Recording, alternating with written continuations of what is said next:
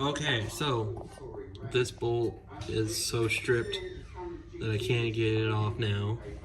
But I got this one off, I gotta put it back in. So then we tried to get this bolt, which almost rounded off, but we got it off.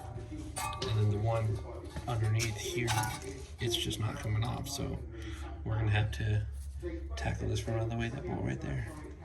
Have to tackle this from a different way, put it all together for now. All right, so there's not much light on this side, but this is the like inner part, and it's worn down pretty bad. And then this was the like outer, and it's worn down bad too. Got the new ones on. It's a lot easier now that I've done the front side. So this leak right here, got the new valve cover. Anyways, so now just put the two bolts back in, put the tire back on. Man, this is too easy.